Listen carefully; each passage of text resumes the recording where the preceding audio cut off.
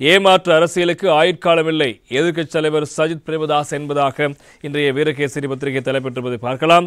ஜனாதிபதி அனுரகுமார் திசாநாயக்க திசைகாட்டிக்கு அதிகாரம் கிடைக்காத சபைகளுக்கு நிதி ஒதுக்க மாட்டோம் என கூறி மக்களை ஏமாற்றி வருகிறார். பொய் ஏமாற்று அடிப்படையிலான அரசியலுக்கு அதிக ஆயுட்காலம் இல்லை என எதிர்க்கட்சித் தலைவர் சஜித் பிரேமதாஸ் தெரிவித்திருக்கின்றார். பொலனறுவை தேர்தல் தொகுதியில் நேற்று வியாழக்கிழமை என்ற மக்கள் சந்திப்பில் கலந்து கொண்டு உரையாற்றும் போதே எதிர்க்கட்சித் தலைவர் அவர்கள் இந்த விடயங்களை சுட்டிக்காட்டியிருப்பதாக அந்த செய்திகளும் முக்கியமாக இடம்பெடுத்திருப்பதை காரணம் என்ற தினம் வீரகேசரி பத்திரிகையில் இன்று எமது நாட்டில் ஆட்சிக்கு வந்துள்ள ஜேவிபி அரசாங்கம் மக்களை ஏமாற்றி தேர்தல் காலத்தில் வழங்கிய வாக்குறுதிகளை மீறி நடந்து வருகிறது.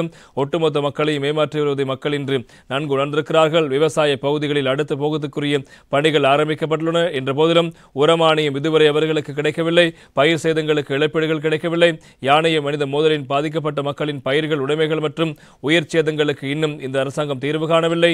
இம்முறை உரங்களின் விலையும் அதிகரித்து வரும் சூழ்நிலையில் விவசாயிகளை பாதுகாப்போம், விவசாயிகளை கடவுளாக காண்கிறோம் என்று கூறிய திசைகாட்டி தலைமையிலான மக்கள் விடுதலை முன்னணியினர் ஒட்டுமொத்த விவசாய சமூகத்தையும் அளிக்கும் கொள்கையை முன்னெடுத்து வருகிறார்கள். இன்று வாழ முடியாத அளவுக்கு பொருட்களின் விலைகள் அதிகரித்து காணப்படுகின்றன. பொதுமக்களுக்கு ஒன்றும் செய்ய முடியாத நிலைமை ஏற்பட்டிருக்கிறது. 3 வேளை உணவு கூட சாப்பிட முடியாத நிலைமை நாடு எட்டியிருக்கிறது. எனவே அத்தியாவசிய உணவுப் பொருட்கள் மற்றும் பாடசாலை பொருட்களுக்கு வேட் வலிக்கும் வரிகளும் விரிவிக்கப்பட்டுள்ளன. எனவே மேலும் அரிசிக்கு தட்டுப்பாடு ஏற்பட்டுள்ளது. அரிசி, பால்மா, தேங்காய், உப்பு ஆகியவற்றின் விலைகளும் அதிகரித்துள்ளன.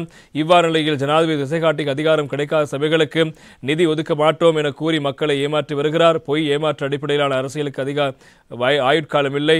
மின்கட்டணம் 30% குறைப்போம் என்று இருந்த ஆளும் தரப்பினர் ஆட்சிக்கு வருவதற்கு முன்னர் கூறினார். மக்கள் எழுச்சியில்தான் 20% கூட மின்கட்டணம் குறைக்கப்பட்டன. அரசாங்கம் தீர்மானம் எடுத்து இதனை நிறைவேற்றவில்லை. மக்களின் கருத்துக்களுக்கு ஏற்பவே இது குறைக்கப்பட்டது. எனவே எஞ்சிய 10% குறைப்பை இந்த அரசாங்கம் விரைந்து எடுக்க வேண்டும். எரிபொருள் விலைகள் தொடர்பில் அரசாங்கம் இவ்வாறு கொள்கைகளை பின்பற்றி வருகிறது. புதிய அரசாங்கத்தில் மக்கள் கண்ட பயன் எதுவும் இல்லை. பொய்களை கொண்டு மக்களை ஏமாற்றி வரும் இந்த அரசியலை கண்டு மக்கள் ஏமாந்துவிடக் கூடாது என்பதாக எதிர்க்கட்சித் தலைவர் சஜித் பிரேமதாஸ் அவர்கள் தெரிவித்திருப்பதான செய்திகளும் முக்கியமாக இடம்பெடுத்திருப்பதை நாங்கள் காணக்கூடியதாக இருக்கிறது.